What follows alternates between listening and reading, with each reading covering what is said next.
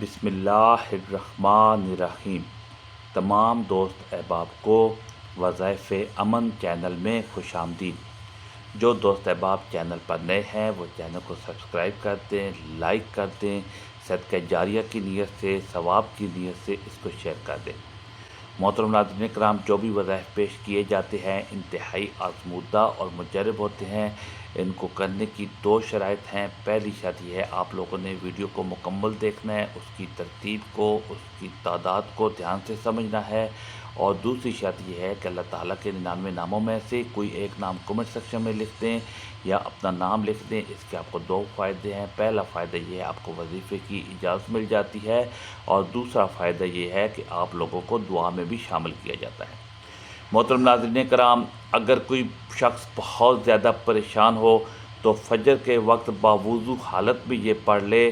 محترم ناظرین، انسان کی زندگی خوشی اور غم، کامیابی اور ناکامی، آسائش اور پریشانی کے درمیان مسلسل سفر کرتی رہتی ہے۔ ہر بندہ چاہتا ہے کہ اس کی دعائیں قبول ہوں، اس کی مشکلات آسان ہوں، اور جو خواہش وہ دل میں رکھتا ہے وہ حقیقت کا روپ اختیار کر لے۔ لیکن اکثر ایسا ہوتا ہے کہ انسان دعائیں کرتا ہے، کوششیں کرتا ہے، مگر دل کے دروازے پر بے چینی اور اضطراب بھی رہتا ہے۔ اس وقت دل کی گہرائیوں سے آواز نکلتی ہے کہ کاش کوئی ایسی دعا، کوئی ایسا ذکر، کوئی ایسی تسبیح مل جائے جو ضد کر کے رب کائنات سے بات منوا لے، جو ہر بندہ مومن کو سکون، رحمت اور کامیابی عطا کرے۔ میرے پیارے بھائیوں اور بہنوں، آج ہم آپ کو ایک ایسی عظیم تسبیح کے بارے میں بتانے جا رہے ہیں جس سے اگر آپ فجر کی نماز کے بعد پڑھنا اپنا معمول بنا لیں تو یہ تسبیح اللہ پاک کے حضور ضدی ہو کر آپ کی ہر بات منوا لیتی ہے۔ اگر کوئی شخص بہت زیادہ پریشان ہو تو فجر کے وقت باوضو حالت میں یہ تسبیح پڑھ لے۔ یہ تسبیح عرش پر ہلچل مچا دیتی ہے۔ ناظرین، اللہ تعالیٰ کی رحمت بہت وسیع ہے، وہ اپنے بندوں کی پکار کو سنتا ہے، چاہے وہ آہستہ ہو یا بلند آواز سے۔ مگر کچھ لمحات ایسے ہوتے ہیں، کچھ وقت ایسے ہوتے ہیں جب دعائیں قبول ہونے کے دروازے اور زیادہ کھولے جاتے ہیں۔ انہی میں سے ایک وقت نماز فجر کے بعد کا وقت ہے۔ فجر کا وقت وہ وقت ہے جب اللہ کی رحمت زمین پر اترتی ہے، جب فرشتے دعا کرنے والوں کے گرد جمع ہوتے ہیں، جب نیند سے بیدار ہو کر بندہ اپنے رب کے سامنے سجدہ کرتا ہے تو گویا اللہ تعالیٰ خود فرماتے ہیں کہ اے میرے بندے، مانگ کیا مانگتا ہے، میں تجھے عطا کروں گا۔ یہی وجہ ہے کہ بزرگان دین اور اولیاء کرام ہمیشہ اس وقت کو ذکر، اذکار اور تسبیحات کے لیے سب سے قیمتی وقت قرار دیتے ہیں۔ یہ تسبیح جسے سب سے ضدی تسبیح کہا جاتا ہے، دراصل اللہ تعالیٰ کے ذکر کی ایک ایسی صورت ہے جو نہ صرف دل کو سکون دیتی ہے بلکہ انسان کی دعاؤں کو اللہ کے عرش تک پہنچا کر قبولیت کے دروازے کھول دیتی ہے۔ اس تسبیح کی خاص بات یہ ہے کہ اللہ کے ساتھ ایک مضبوط تعلق قائم کرتی ہے۔ بندہ اپنے رب کے سامنے ضدی بچے کی طرح کھڑا ہو جاتا ہے کہ اے میرے اللہ، جب تک میری دعا قبول نہیں ہوگی میں تیری رحمت کے در سے ہٹنے والا نہیں۔ اللہ تعالیٰ تو اپنے بندے کی ضد کو پسند کرتے ہیں، خاص طور پر جب یہ ضد صرف اور صرف اس کے در پر ہو، جب یہ ضد عبادت اور ذکر کے ذریعے ہو۔ فجر کے بعد کی یہ تسبیح اس قدر بابرکت ہے کہ اس کو پڑھنے والا ذکر کی تنگی سے نجات پاتا ہے، بیماریوں سے شفا پاتا ہے، قرضوں سے چھٹکارا حاصل کرتا ہے، پریشانیوں سے چھٹکارا پاتا ہے، اور سب سے بڑھ کر اللہ تعالیٰ کی محبت اور قرب حاصل کرتا ہے۔ کتنے ہی لوگ ہیں جنہوں نے اس تسبیح کو اپنی زندگی کا حصہ بنایا اور دیکھا کہ ان کی دعائیں ایسے قبول ہوئیں جیسے دروازہ کھٹکاتے ہی کھل جاتا ہے۔ یہ تسبیح گویا اللہ کے دربار میں ضدی التجا ہے کہ اے پروردگار، میری مشکل آسان فرما، میرا دل خوش کر دے، میرے رزق میں برکت ڈال دے اور مجھے اپنے دوستوں میں شامل فرما۔ میرے پیارے بھائیوں اور بہنوں، یہ بات یاد رکھیں کہ اللہ تعالیٰ کے سامنے کی جانے والی ضد اور اصرار کبھی رائے گاہ نہیں جاتی۔ دنیا میں اگر آپ کسی انسان کے سامنے ضد کریں تو وہ ناراض ہو جاتا ہے، لیکن جب آپ اللہ کے سامنے ضد کرتے ہیں تو وہ خوش ہوتا ہے، کیونکہ اللہ چاہتا ہے کہ اس کا بندہ بار بار اس کو پکارے، اسی کے در سے مانگے اور کبھی مایوس نہ ہو۔ یہی وجہ ہے کہ حدیث مبارکہ میں آتا ہے کہ اللہ تعالیٰ اس بندے کو پسند کرتے ہیں جو بار بار اس سے دعا کرتا ہے، اس کے در سے جڑ جاتا ہے۔ فجر کے بعد یہ تسبیح پڑھنا گویا ایک ایسی کنجی ہے جو اللہ کی رحمت کے خزانوں کو کھول دیتی ہے۔ یہ تسبیح ضد کر کے اللہ پاک سے اپنی ہر بات منوا لیتی ہے۔ یہ صرف لفظوں کا کھیل نہیں بلکہ ایمان کی طاقت ہے، اخلاص کی روشنی ہے اور یقین کی پختگی ہے۔ جب بندہ یہ تسبیح پڑھ کر دل سے اللہ پر بھروسہ کرتا ہے تو اس کی تقدیر کے دروازے بدل جاتے ہیں، مشکلات آسان ہو جاتی ہیں، خواب حقیقت میں ڈھلنے لگتے ہیں۔ ناظرین، نماز اسلام کا دوسرا رکن ہے اور قرآن و حدیث میں اس کی اہمیت بار بار کی گئی ہے۔ قرآن مجید میں اللہ تعالیٰ نے فرمایا، ان الصلاۃ کانت علی المؤمنین کتابا موقوتا، یعنی یقیناً نماز مسلمانوں پر وقت کی پابندی کے ساتھ فرض کی گئی ہے۔ نماز بندے اور اللہ کے درمیان تعلق مضبوط کرتی ہے۔ یہ ایمان کا عملی اظہار ہے، تاکہ نماز کو قرآن و سنت میں سخت گناہ اور کفر کے قریب ترین عمل قرار دیا گیا ہے۔ نماز مومن کا سب سے بڑا ہتھیار اور طاقت ہے۔ نماز گناہوں کو مٹانے والی ہے، جیسا کہ درخت سے پتے جھڑتے ہیں ویسے ہی نماز کے ذریعے گناہ معاف ہوتے ہیں۔ نماز کے ذریعے بندہ اپنے رب کے قریب ہوتا ہے۔ حدیث پاک میں آیا ہے کہ بندہ سب سے زیادہ اللہ کے قریب سجدے کی حالت میں ہوتا ہے۔ قیامت کے دن سب سے پہلے نماز کا حساب ہوگا۔ اگر نماز درست ہوئی تو باقی اعمال بھی درست ہوں گے۔ نماز فجر کو تمام نمازوں میں خصوصی فضیلت حاصل ہے، کیونکہ یہ رات اور دن کے بیچ کا وقت ہے۔ اس وقت انسان اپنے آرام کو چھوڑ کر اللہ کے حضور کھڑا ہوتا ہے، اس لیے قرآن اور حدیث میں اس کی بے شمار فضیلتیں بیان ہوئی ہیں۔ قرآن میں نماز فجر کے بارے میں ہے، الفجر ان قرآن الفجر کان مشہودا، یعنی فجر کے وقت قرآن کی تلاوت کا اہتمام کرو، بے شک فجر کی تلاوت مشہور ہوتی ہے۔ اس سے مراد یہ کہ فجر کی نماز اور اس کے وقت کا قرآن پڑھنا فرشتے بھی حاضر ہو کر گواہ بنتے ہیں۔ رسول اللہ صلی اللہ تعالیٰ علیہ وآلہ وسلم نے فرمایا، جس نے فجر اور عصر کی نماز کو چھوڑ دیا گویا اس کا سارا عمل ضائع ہو گیا۔ فجر کی 2 سنتوں کی فضیلت آپ صلی اللہ علیہ وآلہ وسلم نے فرمایا، فجر کی 2 رکعت سنت دنیا اور اس کی ساری چیزوں سے بہتر ہے۔ فجر کی نماز جنت میں داخلے کا ذریعہ ہے۔ رسول اللہ صلی اللہ علیہ وآلہ وسلم نے فرمایا، جو شخص فجر کی نماز پڑھتا ہے اور عصر کی نماز جنت کی ضمانت۔ نبی اکرم صلی اللہ علیہ وآلہ وسلم نے فرمایا، جو شخص سورج نکلنے سے پہلے فجر اور سورج غروب ہونے سے پہلے عصر کی نماز پڑھے وہ جنت میں داخل ہوگا۔ صحیح مسلم آپ صلی اللہ تعالیٰ علیہ وآلہ وسلم نے فرمایا، جو شخص صبح کی نماز پڑھ لے وہ اللہ کی حفاظت میں آ گیا۔ حضرت علی رضی اللہ تعالیٰ عنہ فرماتے ہیں، جو شخص نماز کا اہتمام کرتا ہے اللہ تعالیٰ اس کے دل کو نور سے بھر دیتا ہے، اس کی زندگی میں سکون اور قرار عطا فرماتے ہیں۔ ناظرین، آج کل ہمارے زوال کی ایک بہت بڑی وجہ، ہماری ناکامی کی ایک بڑی وجہ یہ بھی ہے کہ ہم نے اللہ اور اللہ کے نبی صلی اللہ علیہ وآلہ وسلم کا بتایا ہوا راستہ چھوڑ دیا ہے اور دنیا کے پیچھے ایسے بھاگ رہے ہیں۔ نہ فرض نماز کی فکر ہے، نہ تلاوت قرآن کی فکر ہے، نہ صدقہ و خیرات کی فکر ہے، نہ ہی ذکر و اذکار اور تسبیحات کی فکر ہے، اور بعد میں ہم پریشان رہتے ہیں اور ادھر ادھر ہم گلہ شکوہ کرتے ہیں کہ ہمیں کیا ہو رہا ہے، ہمارے ساتھ ہماری زندگی کیا کر رہی ہے۔ زندگی دن بدن دشوار ہوتی جا رہی ہے۔ دوستو، اسلام ایک مکمل ضابطہ حیات ہے جو انسان کی زندگی کے ہر پہلو کی رہنمائی کرتا ہے۔ دین اسلام کا مقصد نہ صرف روحانی نجات ہے بلکہ ایک پرامن، منصفانہ اور بامقصد زندگی گزارنے کا سلیقہ بھی ہے۔ جب کوئی فرد یا معاشرہ دین سے دور ہو جاتا ہے تو اس کے منفی اثرات زندگی کے ہر گوشے میں ظاہر ہونا شروع ہو جاتے ہیں۔ دین سے دوری کا سب سے بڑا نقصان یہ ہے کہ انسان اپنے خالق سے رابطہ کھو بیٹھتا ہے، جو اس کی زندگی میں بے سکونی، بے مقصدی اور روحانی کا خلا کا سبب بنتا ہے۔ پہلا بڑا نقصان روحانی کمزوری ہے۔ جب انسان نماز، قرآن، ذکر اور دعا سے دور ہو جاتا ہے تو دل سخت ہو جاتا ہے، اللہ کا خوف دل سے نکل جاتا ہے، گناہوں میں ملوث ہونا معمول بن جاتا ہے۔ ایسے انسان کو نہ حلال و حرام کی تمیز رہتی ہے، نہ ہی آخرت کی فکر ہوتی ہے۔ دوسرا نقصان اخلاقی اقدار کی صورت میں ظاہر ہوتا ہے۔ دین ہمیں ہمیشہ سچ بولنے، امانت داری، صبر و شکر، رحم دلی کی تعلیم دیتا ہے۔ دین سے دوری کی صورت میں یہی اخلاقی اقدار کمزور ہو جاتی ہیں۔ نتیجہ یہ ہوتا ہے کہ معاشرہ بددیانتی، جھوٹ، ظلم، خود غرضی، فتنہ فساد کا شکار ہو جاتا ہے۔ تیسرا بڑا نقصان معاشرتی بگاڑ ہے۔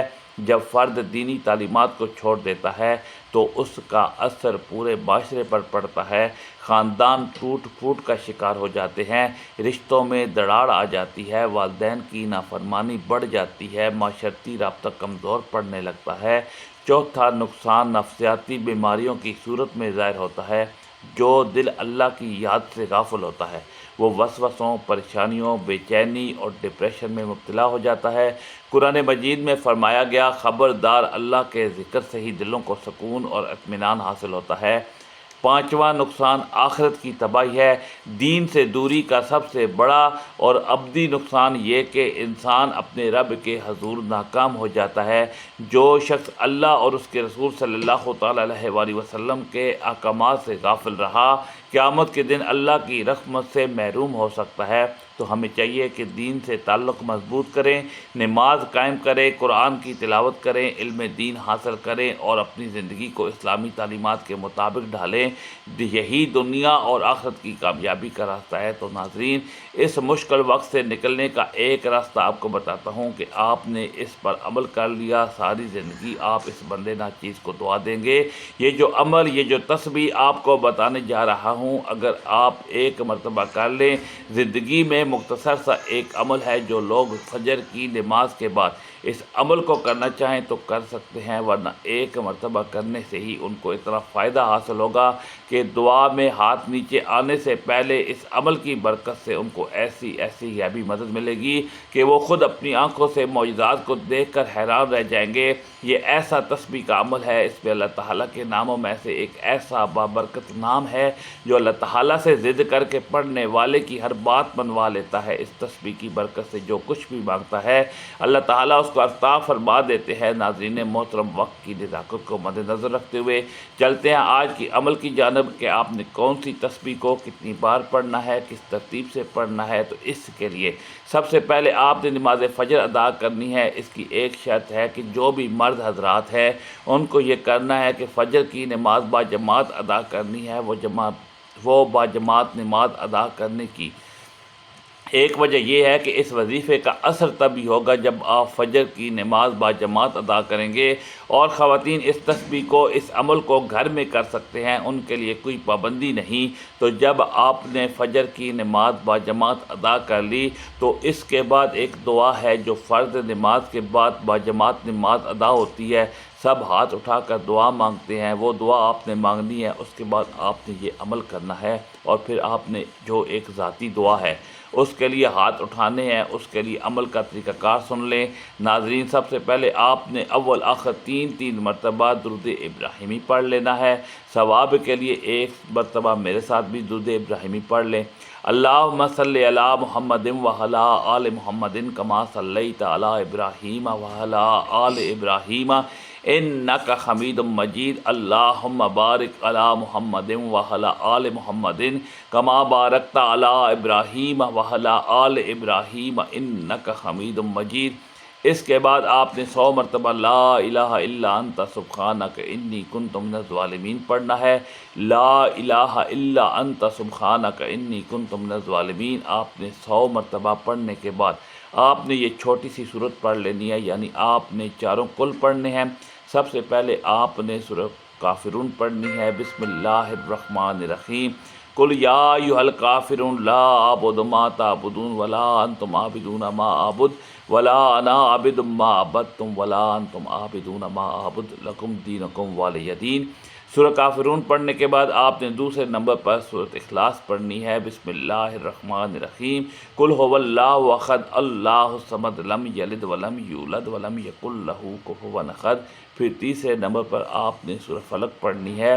بسم اللہ الرحمن الرحیم، قل اعوذ برب الفلق من شر ما خلق ومن شر غاسق اذا وقب ومن شر النفاثات فی العقد ومن شر حاسد اذا حسد۔ اور پھر چوتھے نمبر پر سورۃ ناس پڑھنی ہے۔ بسم اللہ الرحمن الرحیم، قل اعوذ برب الناس مالک الناس الہ الناس من شر الوسواس الخناس الذی یوسوس فی صدور الناس من الجنۃ والناس۔